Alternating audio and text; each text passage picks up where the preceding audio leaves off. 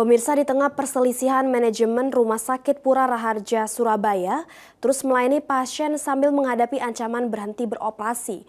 Nasib sekitar 200 karyawan ikut terombang-ambing bila konflik tak cepat dituntaskan.